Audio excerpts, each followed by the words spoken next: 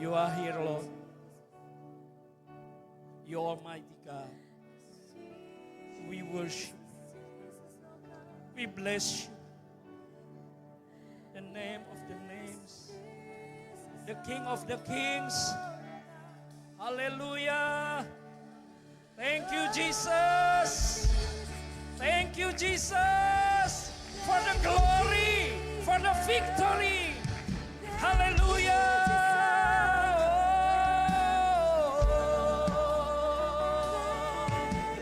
Terima kasih Tuhan. Haleluya. Haleluya, Jesus. Bapa yang begitu baik, sangat baik, teramat baik. Kami bersyukur kami boleh berdiri di hadirat-Mu. Karena putra-Mu Yesus Kristus yang telah memperkenankan kami. Yang sudah melayakkan kami oleh tebusan darah-Mu yang mahal. Sehingga pagi hari ini kami boleh berdiri memuji dan menyembah Engkau.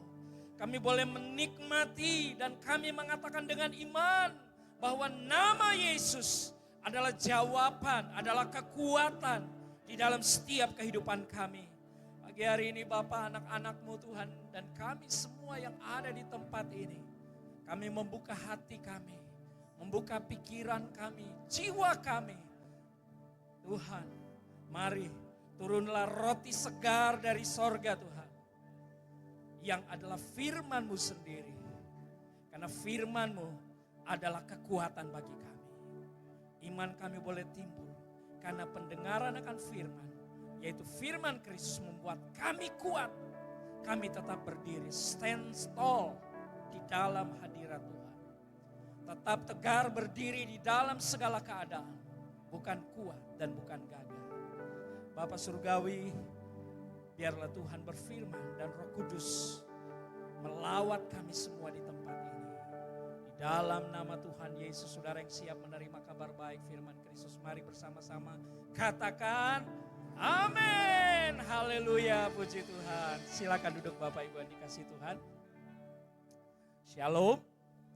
Salam sejahtera dalam kasih Tuhan Yesus Kristus untuk kita semua, jemaat FGF House of Restoration yang saya sangat diberkati pagi hari ini, boleh bersama-sama dengan saudara. Dan tentunya sekalipun Bapak Gembala Saudara dan Ibu Gembala tidak ada, saya mengucapkan terima kasih banyak kepada beliau. Dan tentu di sini diwakili oleh para pastor, ada tadi saya disambut dengan begitu hangat oleh Pastor Petrus dan rekan-rekan, saya sangat diberkati saudara. Saudara diberkati pagi hari ini, amin. Saya singkatkan saja perkenalan saya, terakhir saya berdiri di atas mimbar ini tahun 2014, jadi 11 tahun yang lalu ya. Dan saya dari Cirebon, nama saya Pastor David Walewangko, saudara. David Freddy Walewangko. Mungkin ya kalau Pastor Abraham lebih senang memanggil saya Freddy, karena memang kita sudah kenal cukup lama, hampir 30 tahun. Kita sudah saling kenal dan oleh anugerah Tuhan saya sungguh diberkati, diberi kehormatan untuk memberitakan kabar baik. Amin. Berapa banyak saudara siap menerima kabar baik? Amin. Haleluya. Saya sudah berkeluarga, saya dikaruniai 2 orang putra yang sedang dalam studi. Satu di Yogyakarta, sekolah studi film. Dan satu di UKSW Salatiga. Kami mengembalakan jemaat Tuhan Family of Christ Church di Cirebon. Kalau Bapak Ibu satu waktu main ke Cirebon, jangan lupa hubungi kami. Kami juga dengan senang untuk menyambut Bapak Ibu Saudara semua. Kalau barangkali ada keluarga, ada saudara, boleh datang bersama-sama juga di tempat kami. Saya aslinya berasal dari Sonder, saudara ya, di orang gunung. Tapi kalau Tuhan tempatkan di Cirebon, semua karena anugerah Tuhan. Amin. Haleluya. Sekali lagi beri tepuk tangan bahwa Tuhan Yesus baik. Saudara kasih dalam Tuhan, tadi saya menyimak apa yang disampaikan oleh senior pastor atau President of IGF, Pastor Semi Jaya Hartanto. Beliau juga saya kenal baik. Saya sangat diberkati saudara. Tiba-tiba Tuhan ingatkan satu hal, yaitu tidak kebetulan bulan Agustus ini atau Agustus ini adalah bulan apa saudara? Kemerdekaan ya. Jadi biasanya ada semangat-semangat yang luar biasa. Merdeka, merdeka, merdeka.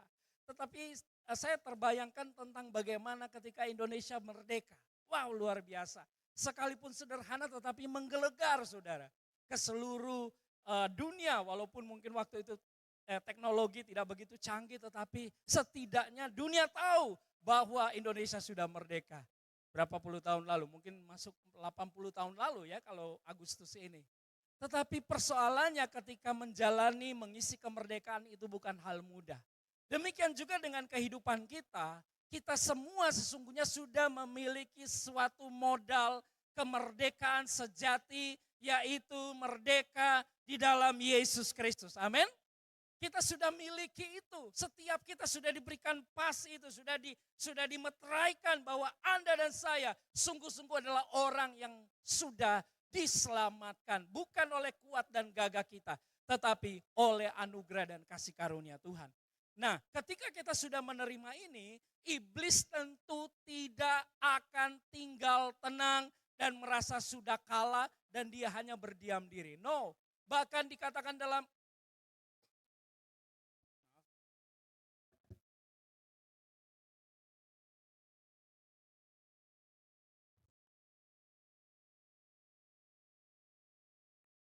di dalam Lukas pasal 4, tidak perlu ditayangkan ayatnya, dikatakan iblis selalu menunggu waktu yang terbaik untuk mencoba Yesus.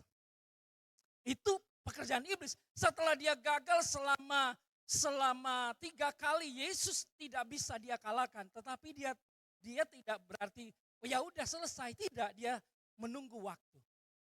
Kita ini anak-anak Tuhan. Tentu iblis tidak mau kita mengalami semua janji berkat Tuhan. Pagi hari ini satu tema yang indah sekali disebut stand tall. Berdiri teguh, tegar berdiri.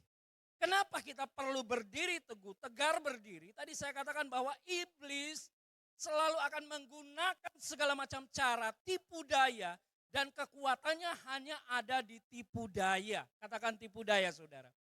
Penipuan iblis itu dia selalu berusaha membuat kita lengah, membuat kita lupa, dan bahkan memutarbalikkan kebenaran firman Tuhan. Kita tahu bagaimana iblis lakukan itu kepada Adam dan Hawa, memutarbalikkan firman Tuhan. Dia menggunakan dusta. Nah, kita masuk kepada 1 Samuel pasal yang 17. Kita melihat bagaimana ada tipuan iblis yang luar biasa yang dialami oleh bangsa Israel.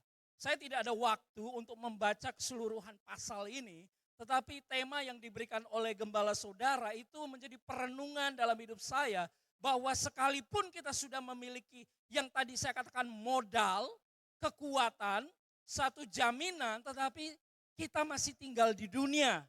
Katakan saya masih tinggal di dunia. Dan saudara masih mau lebih lama kan tinggal di dunia, amin? Gak ada orang yang, ya saya berharap besok saya sudah gak ada di dunia ini. Pasti akan berupaya dan akan selalu berusaha bagaimana hidup lebih lama, lebih baik, lebih sehat, lebih diberkati. Amin. Tapi iblis bilang, kamu siapa? Mau berharap yang baik? Tidak ada yang baik di dunia ini. Iya, di dunia ini tidak ada yang baik. Tetapi Yesus Kristus yang telah mati di kayu salib, dia memberikan yang terbaik untuk saya. Amin saudara. Tipuan iblis datang dalam kehidupan bangsa Israel atau apa yang dialami oleh bangsa Israel. Kita tahu di sana diceritakan seorang raja bernama Saul, saudara, yang dimana kita tahu dia adalah raja yang tidak tiba-tiba muncul, tetapi dia juga adalah raja yang diurapi Tuhan. Raja yang diresmikan oleh Tuhan, sekalipun sebenarnya itu kemauan bangsa Israel.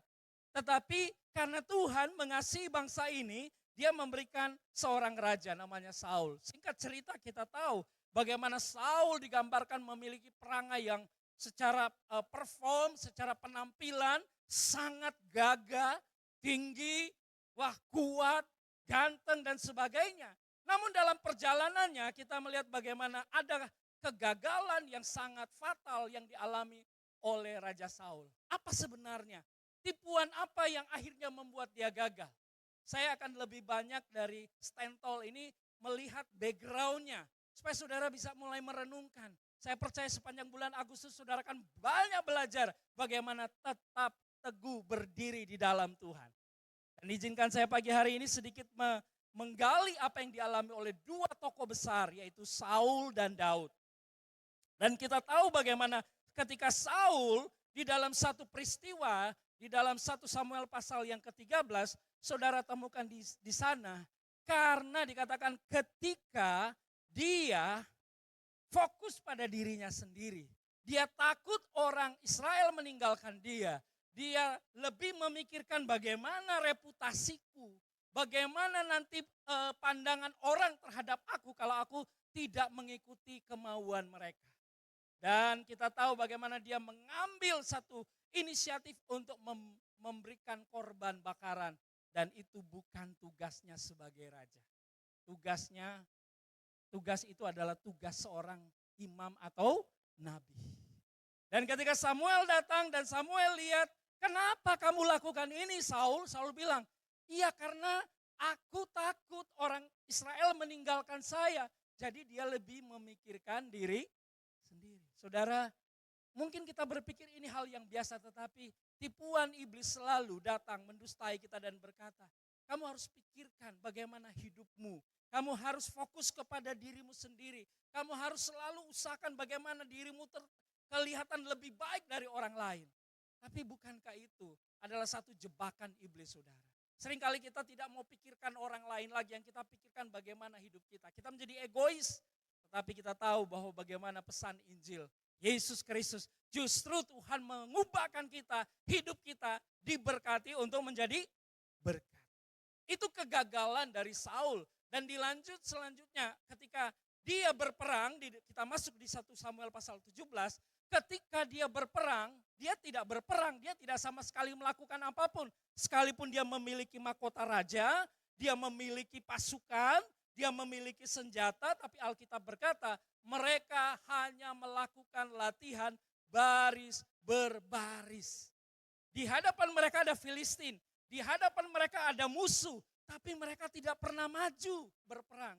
Kenapa? Apa yang terjadi dalam kehidupan Saul? Alkitab mengatakan bahwa sebenarnya pada saat itu Saul sudah kehilangan visi dari Tuhan. Dia sudah kehilangan kekuatan dari Tuhan. Yang ada hanyalah tampilan luar. Inilah sebenarnya satu keadaan berdiri tidak lagi tegak, sudah rentan, gampang goyah, gampang kalah. Tetapi dia tidak mencari Tuhan lebih lagi. Yang dia pikirkan bagaimana apa kata orang, apa yang dilihat orang tentang dirinya. Inilah kegagalan dari seorang Raja Saul. Dan kita melihat di sana datanglah seorang gembala domba. Namanya Daud, saudara. Daud ini luar biasa. Kita mulai melihat satu persatu, saudara. Ayat yang ke-8. 1 Samuel 17 ayat yang ke-8. Di sini kita melihat dulu bagaimana apa kondisi yang sedang terjadi pada bangsa Israel. Inilah ancaman intimidasi yang dikatakan oleh Goliat, saudara. Dikatakan demikian, ya, ia berdiri dan berseru kepada barisan Israel. Jadi ini si Goliat katanya kepada mereka, mengapa kamu keluar untuk mengatur barisan perangmu? Bukankah aku seorang Filistin dan kamu adalah hamba Saul? Perhatikan, kamu adalah hamba Saul. Dikatakan, pilihlah bagimu seorang dan biarlah ia turun mendapatkan daku. Saudara, dari perkataan-perkataan ini adalah indikasi kita bisa menjadi lemah, kita tidak berdaya ketika kita mengizinkan ada perkataan-perkataan intimidasi dari si jahat. Si jahat mendustai kita. Si Goliat itu artinya, nama Goliat itu hampir tidak punya arti. Tetapi arti kasarnya adalah yang terbuang. Katakan yang terbuang. Yang terbongkar. Yang tidak berguna. Jadi sesungguhnya fakta rohaninya dia tuh nggak ada apa-apanya. Tetapi suaranya bisa menggetarkan hati Saul.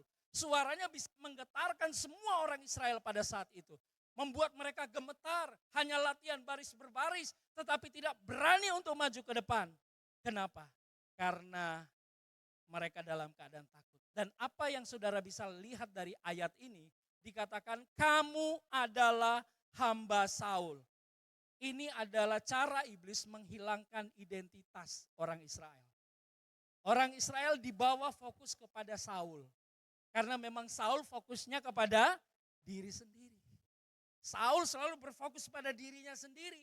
Begitu juga akhirnya orang Israel hanya mengharapkan kekuatan atau satu kemenangan dari Saul. Mereka lupa bahwa mereka adalah umat pilihan Allah.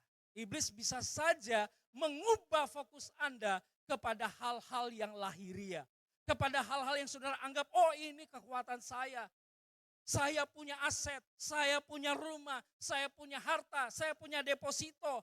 Itu semua bisa berubah dalam sekejap, saudara. Amin. Bisa berubah. Ketika berubah kita nggak ada pegangan. Kita stres, kita frustasi. Dan tidak sedikit yang kita dengar mengalami kehancuran yang luar biasa. Kenapa? Karena mereka seperti orang Israel. Mendengar apa kata si Goliat. Goliat berkata, kamu cuma hamba Saul. Saudara dan saya bukan hamba manusia. Artinya saudara dan saya bukan menghambakan kepada sesuatu yang bukan Tuhan. Saudara adalah hamba-hamba Tuhan. Amin. Kita adalah umat pilihan Tuhan. Sehingga itu yang membuat mereka lupa. Kalau hari ini Anda dan saya bahkan tidak dikatakan hamba. Yohanes 1 ayat 12 berkata, kita adalah anak-anak Allah. Amin. Mari kita baca ini. Yohanes 1 ayat 12. Boleh ditayangkan? Mari baca bersama-sama. 2, 3. Tetapi semua orang yang menerimanya diberinya kuasa supaya menjadi anak-anak Allah, yaitu mereka yang percaya dalam namanya. Katakan, saya anak-anak Allah. Amin. Kita bukan hamba Saul. Kita bukan hamba dari dunia ini. Kita bukan hamba dari harta kita. Kita bukan hamba dari hal yang megah, yang besar, apapun itu namanya. Tetapi kita adalah hamba Tuhan dan kita adalah anak-anak yang dikasihi oleh Tuhan. Amin. Apalagi yang dikatakan oleh Goliat yang artinya buangan ini, artinya sampah ini. Seringkali kita lebih senang melihat sampah daripada sampah rohani tentunya ya. Wah, kita habiskan waktu melihat media sosial. Saya seorang juga konten kreator di media sosial. Tetapi mari kita melihat hal-hal yang baik. Jangan senang melihat hal-hal yang tidak baik. Sampai itu yang kita dengar. Belum lagi yang masuk dalam pikiran kita, intimidasi. Ayat 10, 9 dan 10. 1 Samuel 9, 1 Samuel 17 ayat 9 dan 10. Kita lihat saudara ya, dikatakan lagi. Jika ia dapat berperang melawan aku, ini kata Goliat. Dan mengalahkan aku, ini kata Goliat lagi. Maka kami akan menjadi hambamu. Tetapi jika aku dapat mengungguli dia dan mengalahkannya, maka kamu akan menjadi hamba kami dan takluk kepada kami. Pula kata orang Filistin itu, aku menantang hari ini barisan Israel, berikanlah kepadaku seorang supaya kami berperang seorang lawan seorang. Ancaman berikutnya dan sebuah tipuan juga, dia berkata, kalau kirimkan seorang, jika kami berperang, jika peperangan ini antara aku dan orang itu, kalau aku kalah, dia katakan, kalau orang itu bisa mengalahkan aku akan menjadi hambanya. Tapi kalau aku menang, kata Goliat, dia akan menjadi hambaku. Saudara, pikirkan ini, pernahkah iblis memberikan makanan siang gratis kepada kita? Pernahkah iblis meminta sesuatu dari kita atau dia mau memberikan sesuatu kepada kita tanpa ada embel-embel? Halo? Pernah enggak? Pernah enggak dia bilang, oh enggak apa-apa, sekali aja nyobain, sekali aja melakukan itu, sekali aja, kamu enggak akan mengalami apa-apa. Enggak ada makan siang gratis dari iblis. Dengan kata lain, semua yang iblis rencanakan dan kita responi, kita mempercayai dan kita mengikuti alur pikirannya, tawarannya, pasti ujungnya kehancuran. Amin. Banyak sekali bisikan datang dalam kehidupan kita. Oh enggak apa-apa, brur, ses, enggak apa-apa. Ini kan untuk kebaikan, padahal kita mau menipu orang. Padahal kita mau berbohong, mau berdusta, mau melakukan sesuatu yang kelihatannya baik tetapi motivasinya jahat. Goliat katakan, kalau kamu menang aku siap jadi hambamu. Apakah pernah iblis mau kita atur saudara? Apakah pernah iblis mau merelakan, ya udah saya kalah aja. Kamu atur saya, tidak. Selalu iblis mau mendominasi. Dia selalu mau berupaya bagaimana saudara dan saya jatuh. Tapi pagi hari ini dengarkan firman Tuhan. Bahwa itu semua adalah tipu daya daripada si iblis. Dan dampaknya apa? Yohanes 10 ayat 10, kita tahu ayat ini. Pencuri datang hanya untuk mencuri dan membunuh dan membinasakan. Aku datang supaya mereka mempunyai hidup dan mempunyainya dalam segala kelimpahan. Ini sangat jelas, yang ngomong ini bukan orang biasa, yang ngomong ini siapa? Yesus. Pencuri itu ujungnya binasa. Pencuri itu hanya mencuri, membunuh dan membinasakan kita. Tidak ada tawaran dari iblis yang maksudnya baik, semuanya jahat, saudara. Sehingga ayat yang ke-11, 1 Samuel 17 ayat yang ke-11, ini yang dialami oleh bangsa Israel. Ketika Saul dan segenap orang Israel mendengar perkataan orang Filistin itu, maka cemaslah hati mereka dan sangat ketakutan. Ini tujuan akhir dari si iblis adalah kita nggak berdaya, kita nggak berani datang untuk bahkan mau berdoa meminta sesuatu yang hak kita sebagai anak. Kita berpikir, aduh hidup saya ini seperti ini, saya melakukan ini dan sebagainya. Padahal kita lupa bahwa sesungguhnya kalau kita saja mau datang dengan kerendahan hati dan bertobat, maka segala sesuatu Tuhan sanggup pulihkan. Amin. Tapi iblis berkata, oh kamu nggak akan direken lagi sama Tuhan, kamu nggak akan diterima lagi sama Tuhan, kamu itu jahat. Dia mengintimidasi kita. Saul mengalami hal itu, saudara. Ketika kita mengizinkan intimidasi tuduhan datang, boro-boro mau berdiri, stand tall.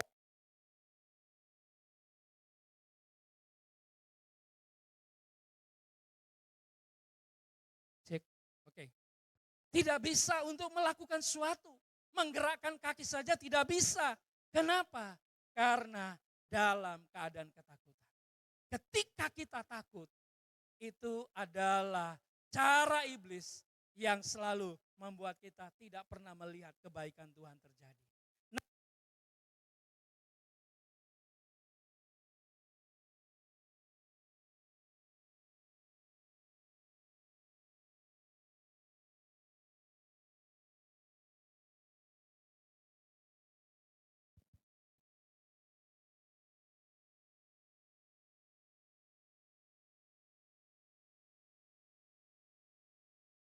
Itu kabar buruknya. Kabar buruknya adalah iblis tidak pernah memberikan sesuatu yang gratis kepada kita. Selalu ada imbalan, dan imbalannya itu kita dicuri, kita dibunuh, dan kita dibinasakan. Tapi mari kita lihat apa yang dilakukan oleh seorang Daud. Di dalam kisah ini diceritakan datanglah seorang Daud, dia seorang gembala, dan dia datang. Dan ketika dia melihat hal itu, hatinya tidak menjadi nyaman. Kok seperti ini? Dia melihat ada suatu ironi. Harusnya orang Israel bersorak-sorai karena menang. Tetapi yang dia lihat adalah keadaan hanya rutinitas di dalam ketakutan. Di bawah intimidasi daripada si Goliat, dia tidak bisa berdiri. Padahal Goliat hanyalah sampah di mata Daud. Apa arti nama dari Daud, saudara? Kebetulan nama saya David, saya senang dengan nama ini. Daud artinya yang dikasihi. Ini nama bukan hanya untuk seorang, tapi untuk kita semua anak-anak Tuhan yang sudah dikasihi oleh Bapa. Amin. Kita sangat dikasihi oleh Tuhan. Nah, kita lihat langsung ayat 32. Apa yang dilakukan oleh Daud? Kita tidak banyak waktu. Ini yang kita mulai. Stand tall. Yang kita dapatkan pagi hari ini, mulai berdiri, kita perlu mendengar bukan perkataan Goliat, tetapi perkataan seorang anak muda. Katakan anak muda.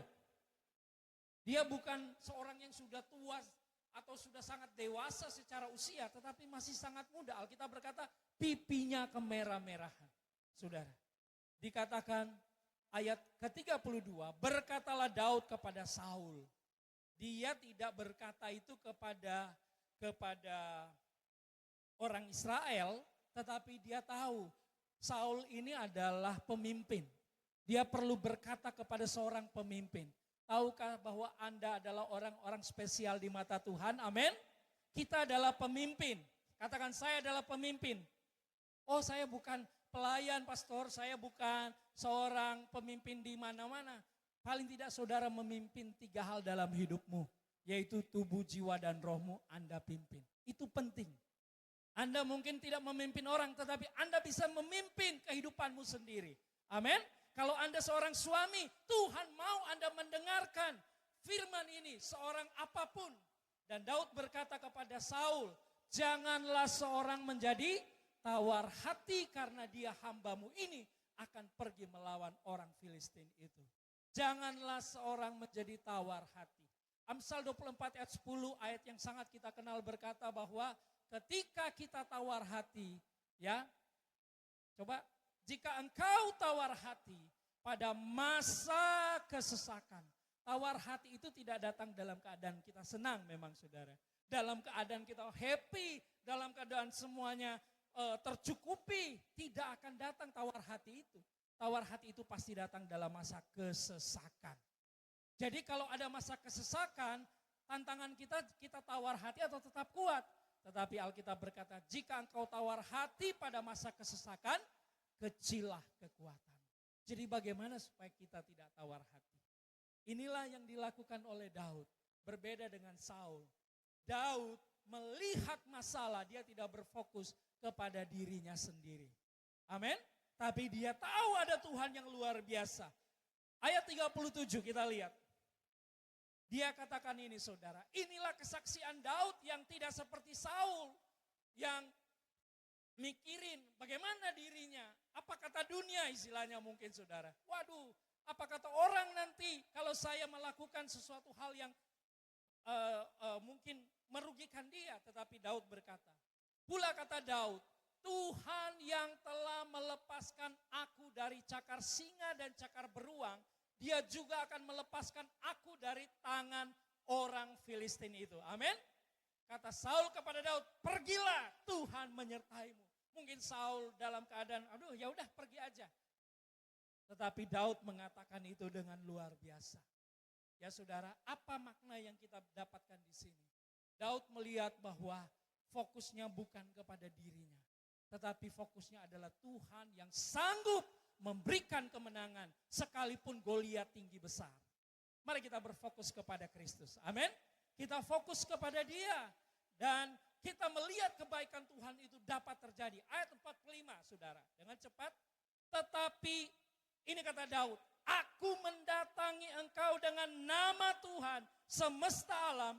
Yaitu Allah, Yahweh segala barisan Israel yang kau tantang itu. Perhatikan ini penting. Waktu Anda dalam kesesakan, jangan tempatkan bahwa Anda yang berada di depan dan Anda yang sedang berupaya mengalahkan segala tekanan, segala masalah itu. Jangan. Tetapi izinkan Tuhan yang berperang menggantikan kita. Amin.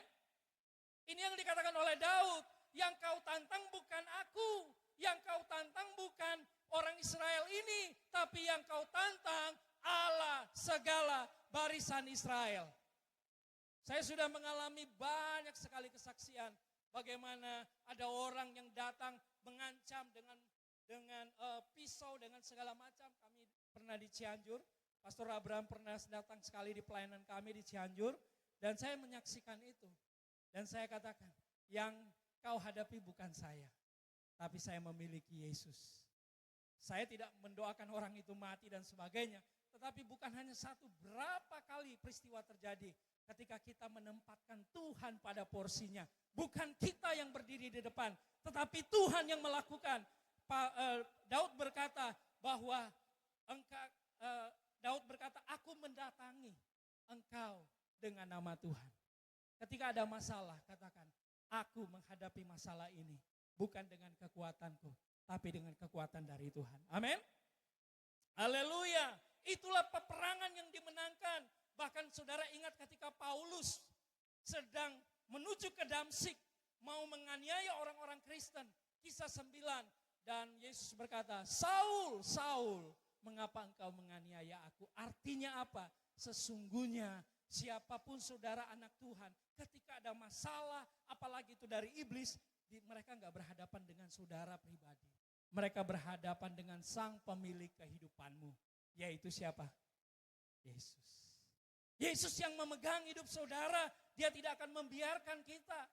Ayat 46 sampai 47, hari ini juga kata Daud, hari ini juga Tuhan akan menyerahkan engkau dalam tanganku dan aku akan mengalahkan engkau dan akan memenggal kepalamu dari tubuhmu. Hari ini juga aku akan memberikan mayatmu dan mayat tentara orang Filistin kepada burung-burung di udara dan kepada binatang-binatang liar supaya seluruh bumi tahu, supaya seluruh bumi tahu. Apa saudara? Bahwa Israel mempunyai Allah. Ini penting. Setiap kehidupan rohani Anda yang luar biasa, jangan supaya orang tahu saya hebat, tapi biar supaya dunia tahu bahwa saya punya Tuhan yang luar biasa. Amin saudara, jangan fokus kepada kehebatanmu, tapi fokuslah dan lihat perkara ajaib dan dahsyat Tuhan lakukan dalam hidup kita. Kenapa? Karena sesungguhnya hidup kita ada di tangan Tuhan. Katakan hidup saya ada di tangan Tuhan.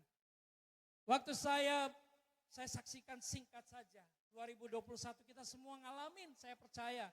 Ketika Delta varian COVID yang luar biasa setiap hari jutaan orang meninggal di dunia saudara.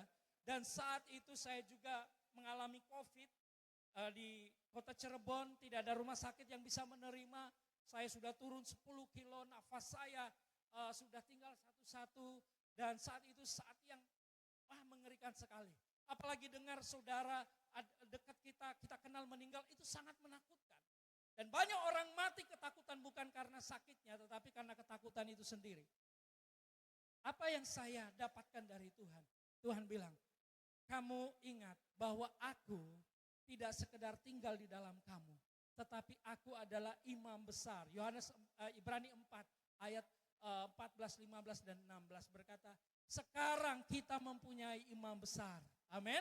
Yang turut merasakan, katakan turut merasakan apa yang kita sedang alami.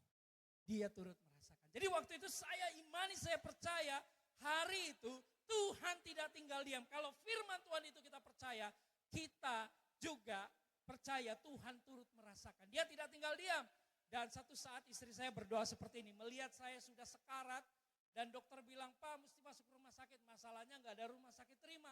Istri saya sempat berdoa begini, Tuhan tolong jangan ambil nyawa suami saya. Ketika saya mendengar doa seperti itu, bagus gak saudara? Doa yang saya kira wajar seorang istri berdoa jangan sampai suaminya meninggal. Tetapi saya ketika mendengar itu saya terganggu, saya katakan, Hani, saya gak mau kamu berdoa supaya Tuhan jangan ambil nyawa saya. Jadi maksudnya apa? Saya bilang begini, karena saya percaya Tuhan saya di dalam Yesus Kristus bukan pencabut nyawa. Amin. Tapi dia pemberi kehidupan. Dia pemberi kehidupan. Amin saudara. Dan saya imani itu. Dan saya percaya kita bisa datang kepada dia. Daud datang kepada kasih karunia Tuhan. Dia percaya bukan dia yang dapat mengalahkan, tetapi ada tangan Tuhan. Katakan tangan Tuhan. Ya, perkataan iman itu penting di saat-saat sulit.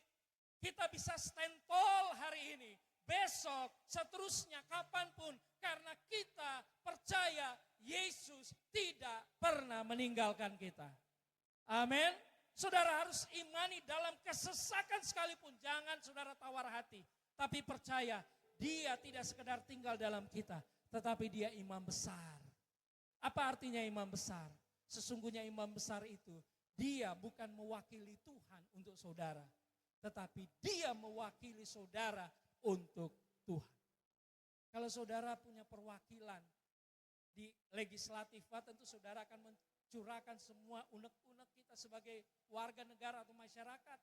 Tapi belum tentu seorang legislatif itu bisa menampung dan memberikan solusi. Tapi Yesus yang mewakili Anda di hadapan Bapa, Dia sangat tahu setiap kebutuhan kita. Amin.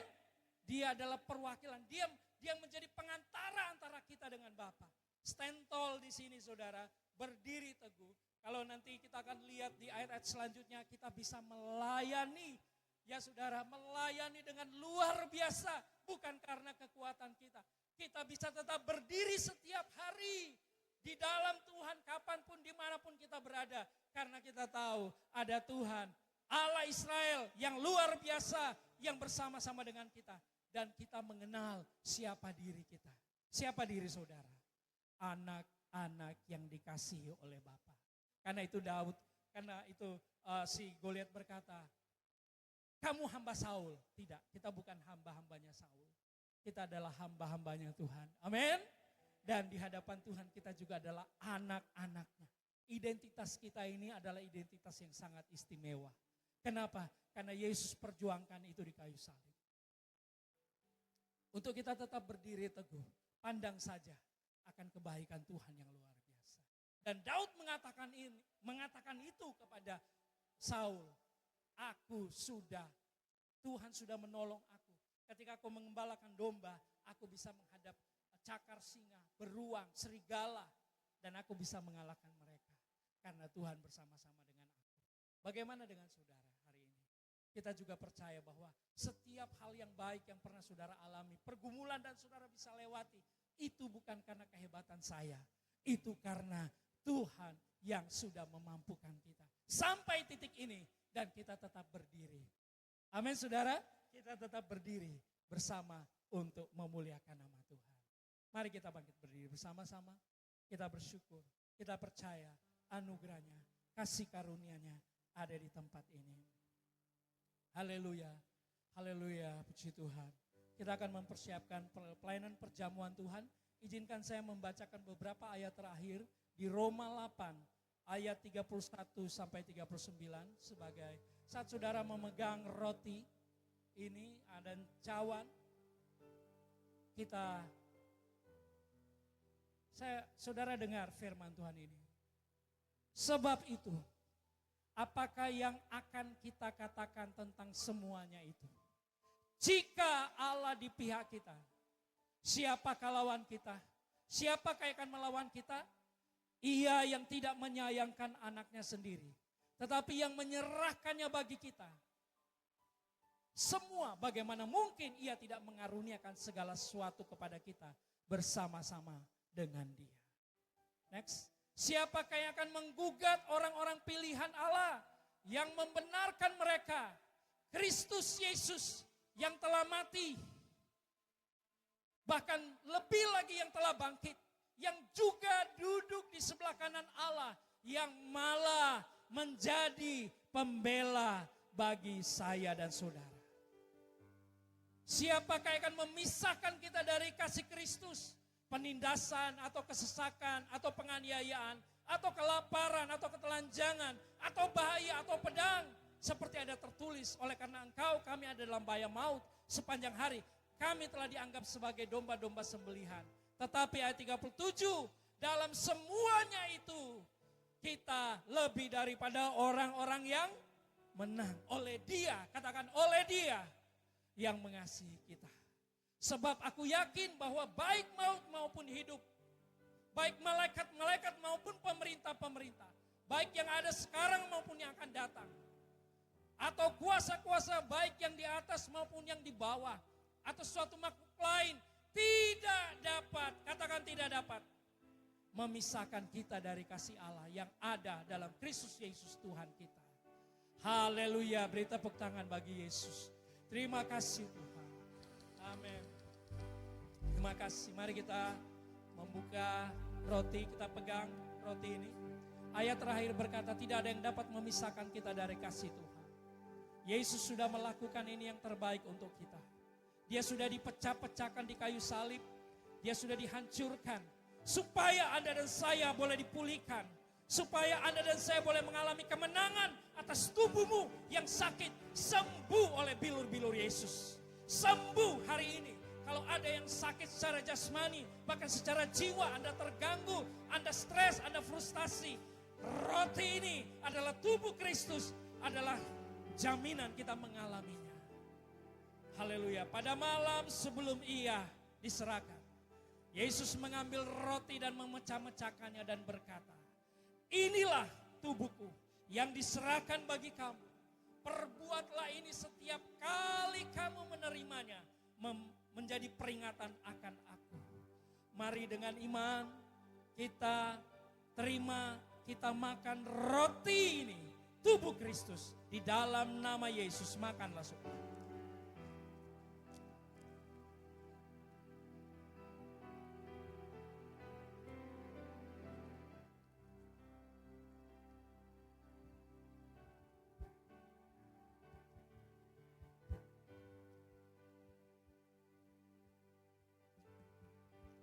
Terima kasih Tuhan.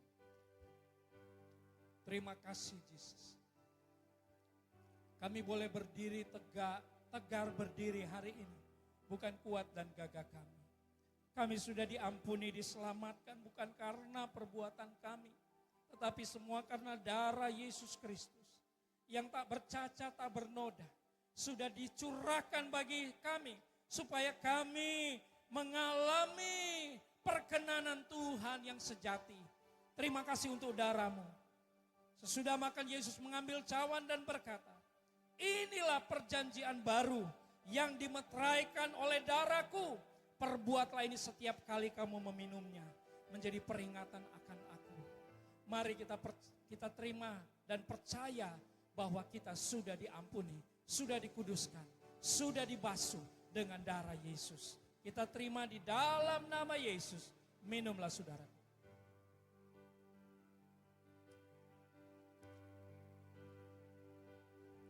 Terima kasih Tuhan.